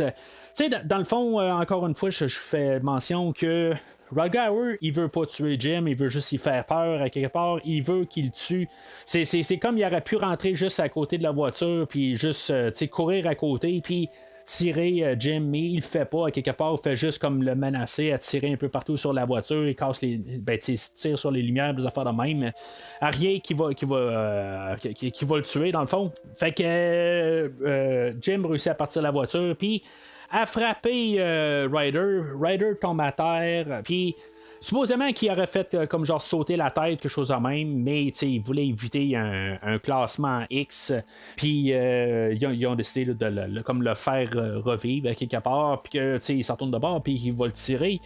Fait que ça revient un peu au même, mais Grace, à quelque part, elle l'a vraiment tiré comme un peu dans aucune raison. Dans le fond, c'est un peu l'idée inverse là, du film original. Il y a une fin alternative dans le film de 2007 qui a été filmé où, dans le fond, elle manque de balles, puis finalement, elle va l'achever avec en le frappant comme un bat de baseball, dans le fond, au visage. Puis dans le fond, John Ryder va succomber avec ses blessures. Honnêtement, j'aime pas cette fin-là. À quelque part, je trouve juste que juste le tirer en pleine face, je trouve que c'est une meilleure fin de même. Mais c'est ça, tu sais, dans le fond, il a réussi à pousser le protagoniste à bout. Puis, tu sais, dans le fond, il a son souhait. Dans le fond, il meurt. Puis c'est ça, dans le fond, ça finit pas mal directement à cet endroit-là. Mais tu sais, quand on y pense, pareil, nos personnages ont été poussés à bout, mais comment ils pourraient vivre avec ça en bout de ligne? En bout de ligne, ils sont devenus comme des meurtriers à quelque part. Grace, elle a décidé là, de carrément le tirer à quelque part. Là, elle aurait pu juste. Il n'y a rien fait là, à quelque part. Qu'est-ce qu'il aurait fait? C'est maintenant, elle ne l'aurait pas tiré. Ça, on ne sait pas à quelque part, mais il y avait comme rien pour arrêter Sean Bean.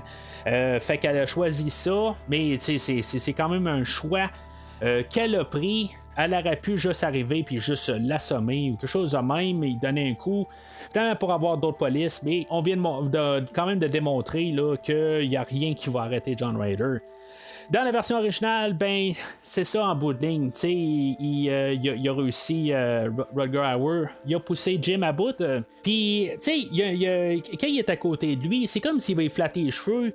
Dans le commentaire, ils disent que justement, c'est comme un peu une reconnaissance de qu'est-ce qu'il a vécu là, dans les 2 derniers jours.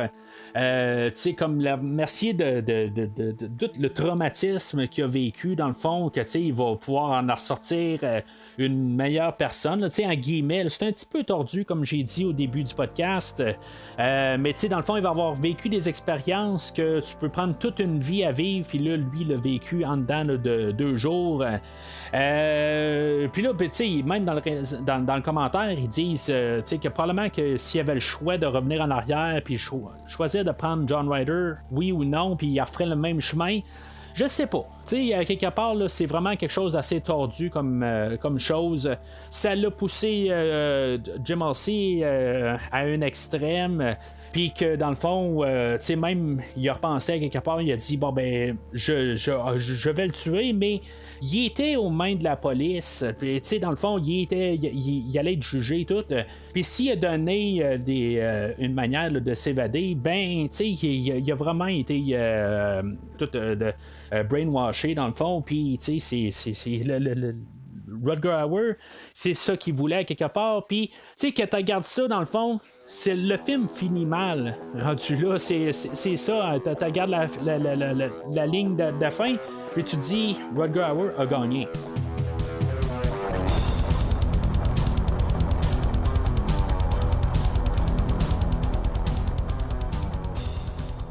Alors, en conclusion, film de 86, je considère que c'est quand même un classique. C'est un film que j'aime ça revisiter. Là, je le revisite pas annuellement, mais là, j'ai réussi à me pogner une version là, danoise du Blu-ray. Fait que probablement que je vais le revisiter là, dans les prochaines années, là, peut-être là, d'ici 2 ans.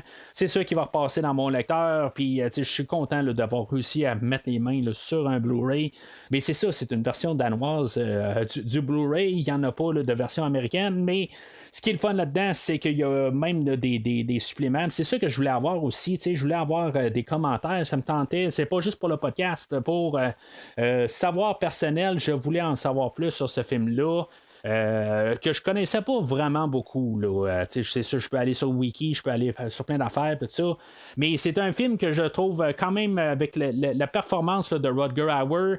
Je trouve que ça fait le film. C'est sûr que la scène avec Jennifer Jason Leigh, ça fait vraiment là, où ce que ça fait couper en 2, c'est vraiment le summum du film, mais c'est pas juste ça, c'est tout le côté psychologique que Jim doit passer au travers du film. Ça, je vais juste bien noter, Thomas C. Howell, sa carrière, il avait joué dans un film qui s'appelle The Outsiders quelques années avant, qui avait été quand même bon pour sa carrière. Il avait joué dans E.T. l'extraterrestre, bien sûr, ça l'a mis sur la carte.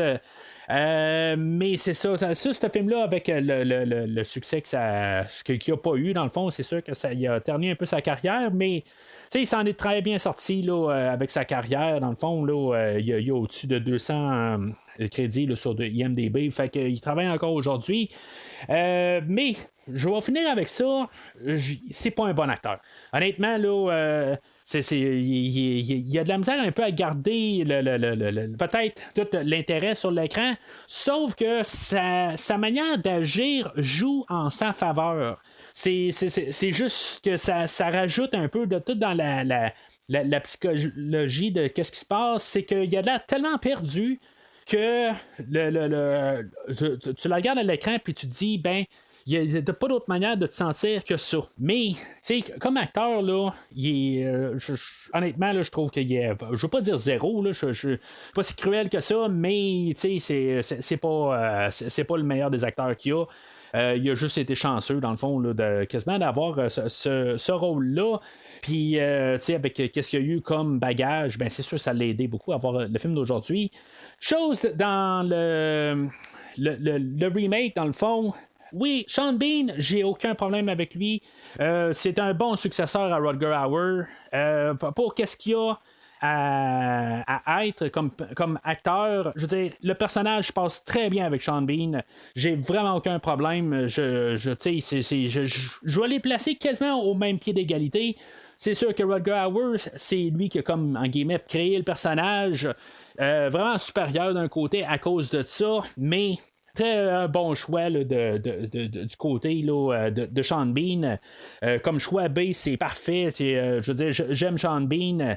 On va en parler là, dans quelques semaines quand on va parler là, du Seigneur des Anneaux. J'aime bien cet acteur-là. Pour qu'est-ce qu'il fait dans GoldenEye, je l'aimais quand même. Mais c'est ça.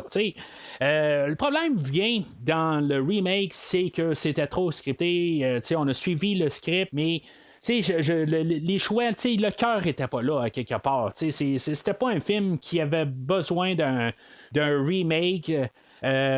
Ou si maintenant on devait faire un remake, on devait faire quelque chose de différent. Il y a ce qui est scripté, ce que Sean Bean va dire souvent, c'est des lignes qui ont été écrites dans le contexte du premier film, mais quand on les a repris dans le contexte du film de 2007, ça n'a pas sa place, c'est pas dans le bon contexte. On n'a pas compris qu'est-ce qu'on disait dans le premier film, qui n'est pas du auteur, là. Faut juste comprendre. Mais la manière que c'était interprété ou apporté dans le premier film, la manière que c'est réinventé dans le film de 2007, c'est comme ça n'a pas rapport, c'est juste qu'on dit des lignes parce qu'on doit dire les lignes, puis ça colle pas. C'est sûr que il y a beaucoup d'affaires qui vont jouer aussi, c'est pas juste les questions scénario. L'atmosphère du film de 86, je le trouve solide. J'aime beaucoup le côté claustrophobe qu'on a. Contrairement dans le film de 2007, c'est comme si on fait juste se promener au travers du monde, puis on est poursuivi, puis que John Ryder approche, puis tout d'un coup, il arrive en héros quelque part pour les sauver de la police, tout ça, puis là, c'est vraiment cool, tout ça. Non, ça marche pas à quelque part. Fait que, pour pas mal ça, à quelque part, c'était un remake qui était pas nécessaire. Il fait pas super mal. Je peux pas y donner vraiment un rouge, mais c'est vraiment limite. Là, on parle d'un jaune orangé. Là. Si maintenant vous aimez le film de 86. Le film de 2007, il peut être un peu une option. Moi, pendant un certain temps, j'avais juste la version de 2007 que je pouvais avoir accès là, en fait de Blu-ray, parce que ma collection est plus formée de Blu-ray que d'autres choses. La version là, de DVD m'intéressait pas vraiment là, pour l'autostoppeur.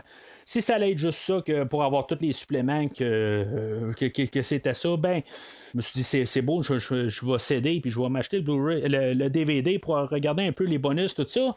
Mais, je m'attends à ce qu'un jour, on fasse un genre de super version collector, 4 disques edition, quelque chose de même, là.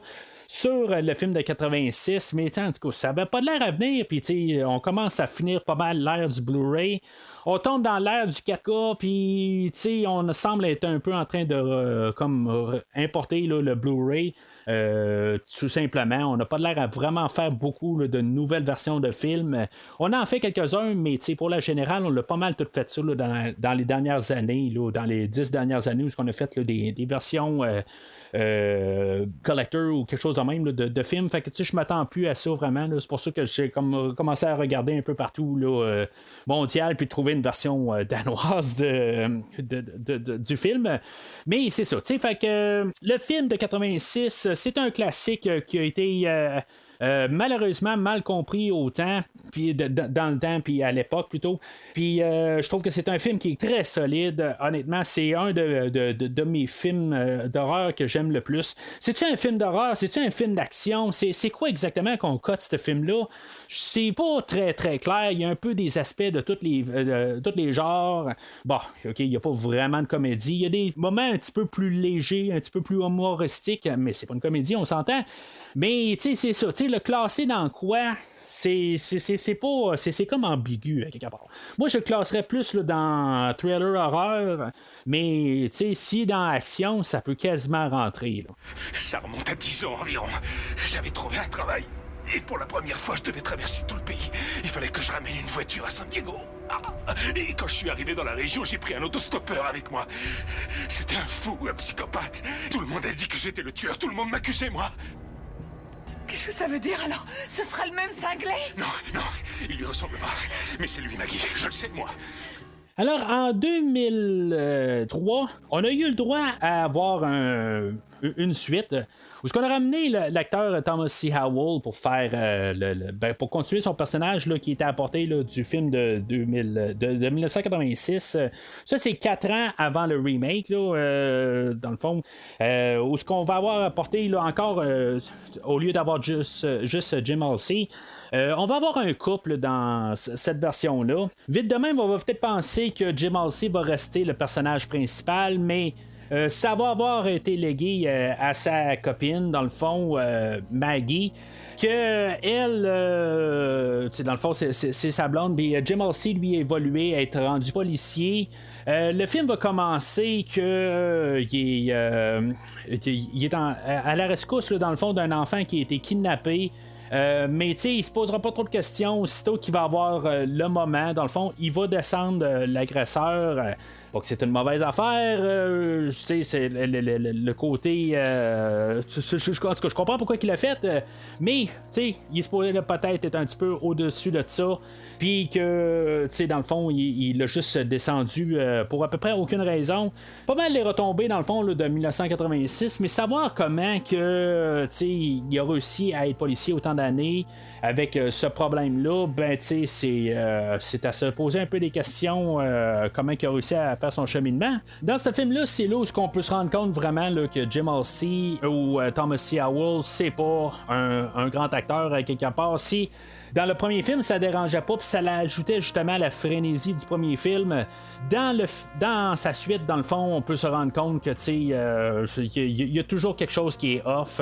C'est sûr que c'est un film qui est sorti directement en DVD.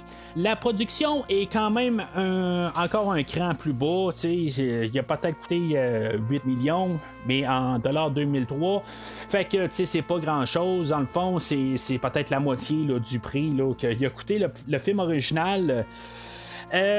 Mais c'est ça, le film prend quand même un peu de temps là, à s'établir. Là, genre le générique, il joue pendant toutes nos scènes, il joue pendant 14 minutes. Là, avec la scène d'introduction, Jim Halsey est renvoyé de la police. Il a besoin de prendre un break avec sa conjointe. Il va appeler le shérif du premier film pour aller dans le fond le visiter. Là. Il va l'avoir invité dans le fond là, juste pour un peu là, décompresser. Peut-être un peu pour dans le fond faire la paix avec son passé. Alors ils vont retourner là, au Texas. Puis là, ça va être dans le fond le personnage là, de Ryder qui va hanter là, les pensées à Jim tout au long. On va arriver tout de suite sur place, puis ils vont prendre la route. Il va y avoir une voiture qui va qui dans le fond, il va avoir loué ou quelque chose de même. T'sais. On prendra même pas le temps là, d'établir des personnages. Il va arriver là, puis la voiture est là. La personne qui était supposée de louer la voiture est pas là. Il y a probablement une genre de contrainte budgétaire, quelque chose de même qui vont faire, qui vont embarquer dans la voiture direct et qu'ils vont partir. La première voiture qu'ils vont croiser sur la route, c'est un truck noir, pareil comme le pick-up de Rutger Hauer dans le film de 86. Petit tous que j'ai quand même aimé rendu là. Pour le premier 10 minutes, quand le film est commencé, là, dans le fond, la première demi-heure du film, j'aime quand même toute la mise en scène de comment on a préparé un peu le terrain. Pour la prochaine heure, on voit qu'il est tenté, là, dans le fond, par l'autostoppeur tout le long. Il voit un panneau là, du Texas, puis là, dans le fond, ça le remémore à quand Rutger Hauer il faisait du pouce. On n'a aucune image là, de Rutger Hauer là, pour ce qu'on voit son visage, fait que probablement que Rutger Hauer n'a pas signé ou il voulait absolument rien savoir là, d'apparaître dans le film, mais c'est le fun pareil qu'on a réussi au moins à utiliser les images du premier film. Tu sais, des fois on a une suite, mais on peut pas utiliser les images du premier film ou du film précédent. Fait que, tu sais, dans le fond, tu sais exactement à quoi ils font allusion. C'est deux manières aussi de regarder ça, mais, tu sais, en tout cas, on voit qu'on n'a pas voulu faire apparaître Rutger Hauer. Peut-être quelque chose qui va manquer un peu au film.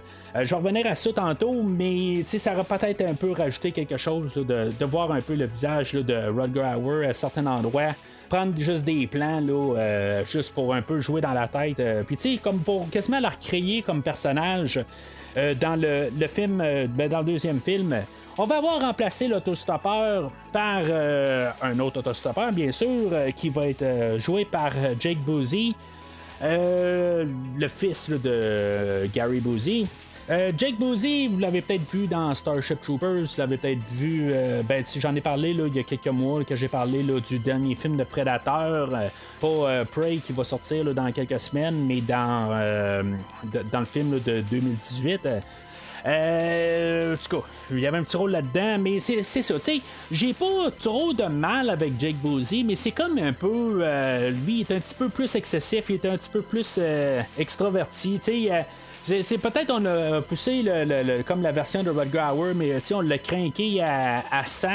C'est un petit peu trop exagéré, mais tu sais, dans le contexte du film, il me dérange pas trop, c'est pas le pire problème du film.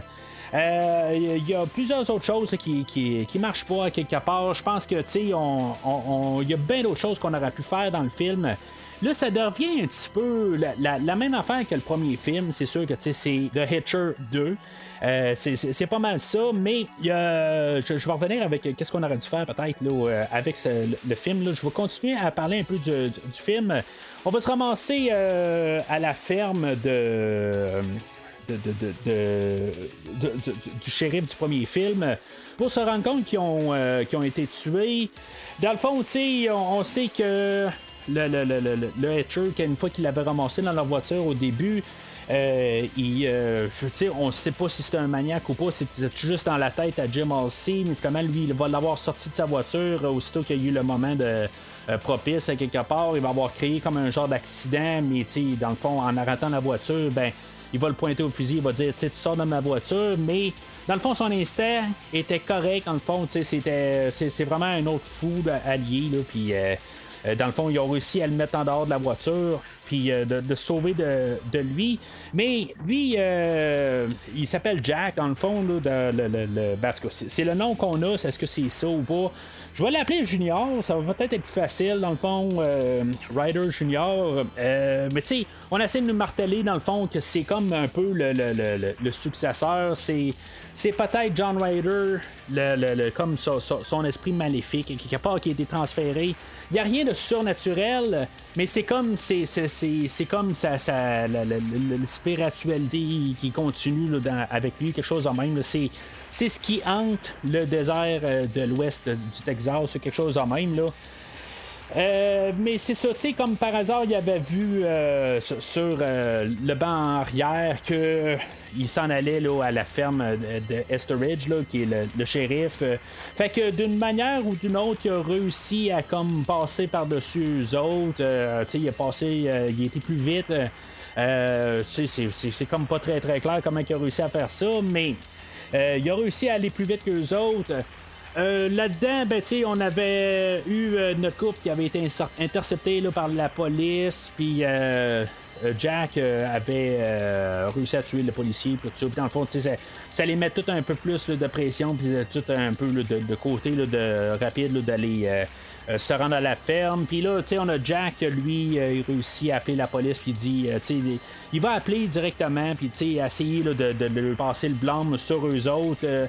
Fait que la police se ramasse à la ferme. On se rend compte là, que le shérif du premier film s'est fait tuer avec sa femme. Puis le film va avoir comme un tournant là, pas mal à mi-chemin, où ce que finalement on va décider qu'on tue le personnage là, de Jim Halsey. Je sais pas si c'était un bon choix, quelque part. On pouvait le voir venir à quelque part. C'était pas mal assez évident d'un autre côté. Là, on voyait que Maggie, sa conjointe, était pas mal là, du même pied. Puis dans le fond, c'est comme s'il passait le flambeau d'un côté. Que si pour avoir un Hitcher 3, ben, ça va être elle qui va continuer. Mais à partir de là, ben, c'est elle qui va vivre un peu là, toutes les poursuites policières. Elle va se ramasser dans une station-service. Puis le Hitcher va comme toute la torturer de toutes sortes de manières rendu là pas de la torture physique là, mais mentalement il y a toutes des affaires de même là, qui rappellent un peu le premier film. Il y a une scène dans la station-service où Jack va arriver, puis il va comme se pointer comme le commis, puis dans le fond il va se couper un doigt quelque part, il va le pitcher dans la friteuse, ce genre de petit clin d'œil au premier film où on avait un doigt là, qui avait été cuit, puis que Jim avait comme failli manger le doigt là, ou quelque chose de même là, je pense qu'il était pas tout à fait cuit ou pas là, mais c'est un peu la même idée dans le fond, c'est comme un clin d'œil. Mais ce qui va manquer là-dedans, j'ai pas de problème avec la prestation de Jake Busey, comme j'ai dit. C'est sa motivation. Pourquoi que tout d'un coup il décide qu'il s'acharne sur eux autres? Pourquoi il continue pas à tuer? Il avait été établi par contre assez rapide que c'était un tueur, puis c'était probablement pas la première fois qu'il tuait. Mais j'ai pas l'impression que il est à ses débuts dans le fond. Ça fait probablement là, un bon bout là, que lui il tue, mais encore une fois on n'a pas d'historique là, avec le personnage.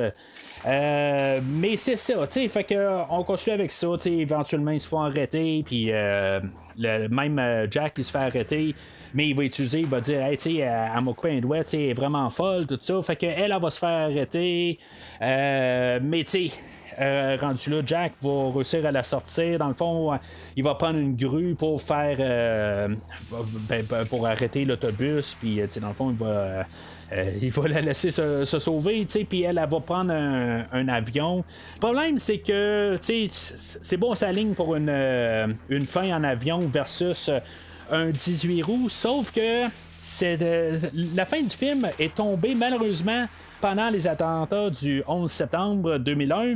Fait que on a dû tronquer un peu toute la fin là, ou tout réécrire là, la fin du scénario pour que ça marche quelque part. Puis il y a des choses qui ont dû être réécrites. On a fait des raccourcis ou en tout cas, je sens que c'est pas exactement la fin qu'on voulait avoir, mais c'est pas que ça marche pas tout à fait, mais c'est juste que on a un avion qui court à l'entour d'un 18 roues. Ça fait penser au film de James Bond. J'ai parlé de James Bond tantôt, mais je reparle encore de James Bond, film avec Timothy Dalton où on a un avion qui se promène à l'entour de des 18 roues. C'est un peu le même visuel, mais c'est comme qu'est-ce qu'elle veut faire contre un 18 roues à force de voler alentour. Il y a comme rien à faire à quelque part. Éventuellement, elle va y rentrer dedans avec son avion, forçant dans le fond l'arrêt du 18 roues, puis une confrontation les deux personnages. Elle va l'attacher entre le devant de la vanne puis l'arrière, juste par les bras puis les jambes, mais pas pareil comme Jennifer Jason Leigh là, dans le film de 86. Ça va juste être sur le côté, tout ça, puis éventuellement la police va arriver, puis les nœuds vont se desserrer. C'est comme un petit peu, ça marchait pas tout à fait quelque part. Honnêtement, je trouve que c'est ce bout de fin-là, je sais pas. On essaie de trouver une fin, mais on sait pas comment finir le film. Puis éventuellement, elle va faire sauter la vanne qui avait probablement du carburant en arrière, puis que tout a sauté au complet. Puis le hitcher de Jake Busey, il se fait carrément mettre en morceaux. Honnêtement, si mettons, je repense un peu au film, puis regardez qu'est-ce qu'on a versus qu'est-ce qu'on aurait pu avoir. je pense que une manière intelligente aurait pu avoir, puis ça aurait été un peu intelligent, je trouve plus une suite plus acceptable de continuer le personnage là, de Jim Halsey, puis le voir comment il est hanté par Rutger Hauer. C'est comme on a un aperçu de tout ça, mais on nous le fait, on nous le retire pas mal à mi-chemin quand le personnage meurt. On aurait dû continuer un peu là-dessus, puis trouver une manière de ramener Rutger Hauer dans le film, que ce soit juste des images d'archives, ou que carrément qu'on lui donne un peu d'argent pour juste apparaître dans le film, puis que dans le fond qu'il est toujours là comme fantôme dans la tête à Halsey. Je pense que ça aurait fait un film beaucoup plus intéressant que juste d'un coup on se ramasse là, puis là il dit hey, c'est pareil comme avant, puis ça, le fantôme de Ryder il est là, pour le film est pas du tout surnaturel comme j'ai dit, mais ça juste de montrer sa présence, puis que dans le fond il est en train de le hanter, puis que peut-être de défaire qu'est-ce qui s'est passé avec le film de 86 pour comme juste que le personnage de Halsey meurt à mi-chemin, puis que dans le fond pour montrer aussi qu'éventuellement il a eu sa peau. C'était pas le but du film de 86. L'autostoppeur voulait plus la peau de Halsey, c'était pas ça son but ultime à la fin. C'est en quelque part il voulait juste comme y faire vivre un cauchemar. Puis quand tu regardes le film de 2003, ben c'est comme si tout d'un coup il voulait le tuer. Ryder dans le film de 86 aurait pu tuer Halsey là, plusieurs fois, puis il l'a pas fait. C'est juste, c'est ça. C'est comme ils ont pas compris le premier film, puis ils ont fait une suite, puis dans le fond c'est vraiment pour les mauvaises raisons. La même raison que le film de 2007, c'est vraiment l'argent, puis c'est vraiment dommage parce que le film de 86, je le considère un classique qui a été oublié puis qui a pas été assez reconnu. Puis sa suite puis son remake, ils ont été faits pour les mauvaises raisons. Peut-être que le remake a donné un petit peu plus de visibilité au film de 86. Si c'est ça, je suis content qu'on ait eu le remake. Mais le remake, il est tombé dans l'ombre, puis c'est peut-être mieux de même. Puis le film, puis en revenant, c'est ça, au deuxième film, le film, c'est ça.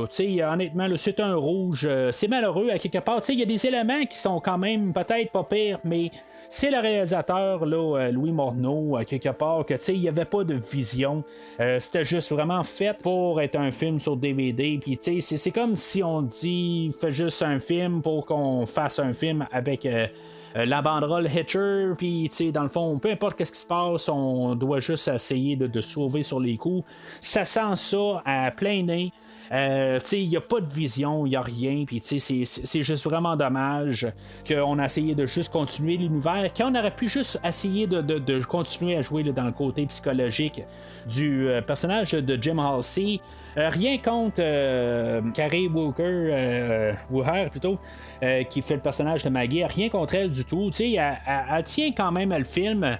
Techniquement, je pense qu'elle tient mieux le film que Thomas C. Howell dans le premier film, mais sauf que je sens moins un petit peu son déboussolement. C'est comme tout le scénario est fait, puis où elle se fait un peu harceler là, par Jack un peu quelques fois, mais je sens pas comme qu'elle est poussée à bout. C'est ça le problème. Tandis que le côté de 86 avec Thomas C. Howell, même si c'est pas le grand des acteurs, mais je sens que lui, il a vraiment été poussé à bout là, pendant toute l'heure et demie du film. Maggie, elle, j'ai l'impression que juste elle a perdu son chum. Puis, à quelque part, elle essaie de survivre, puis, elle a vécu un peu des atrocités, mais je trouve qu'à quelque part, on est supposé de comme se dire, maintenant, elle a été poussée à bout, puis là, elle va essayer là, de juste comme l'arrêter, mais je sens pas exactement la même affaire, puis, je trouve que ça tombe vraiment à plat. Alors, c'est pas mal tout pour aujourd'hui. La semaine prochaine, on va essayer un peu la même chose. On va parler du film avec Arnold Schwarzenegger de 1990, Total Recall. Et on va parler de son remake en même temps du début des années 2000 avec Colin Farrell puis de Total Recall. Fait que ça va être la semaine prochaine, on va réessayer la même chose. Laissez-moi savoir si, mettons, vous avez aimé l'expérience de parler là, des deux films en même temps.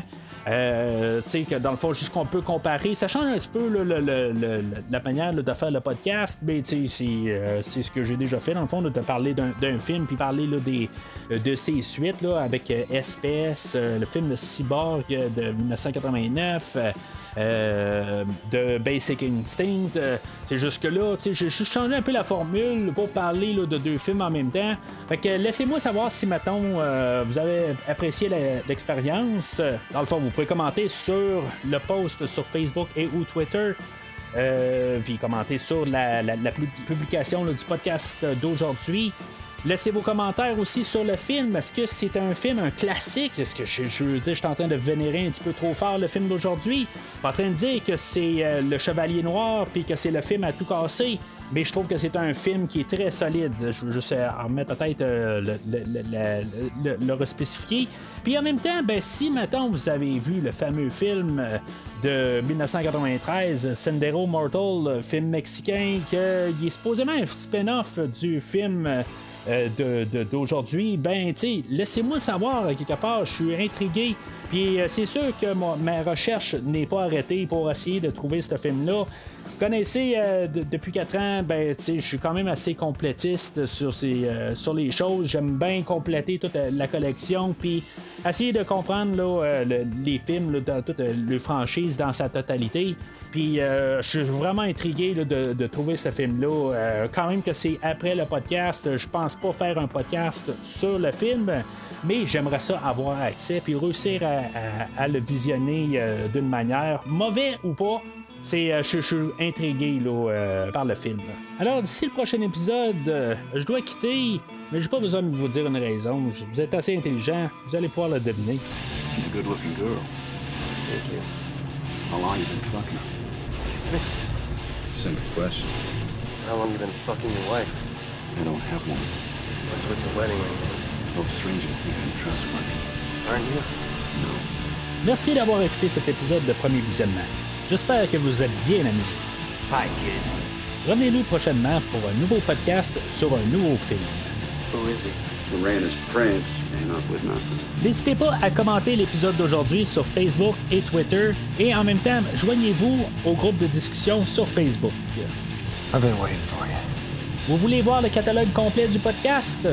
Le podcast a un site officiel. Rendez-vous sur premiervisionnement.com.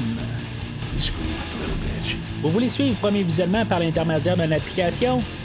Premier Visionnement est disponible sur toutes les plateformes de balado-diffusion, dont Spotify, Podbean et Google Podcast. Not too many people pick up Hitchhiker these days. En espérant vous avoir donné du bon temps, rendez-vous au prochain podcast. C'est toute une sensation.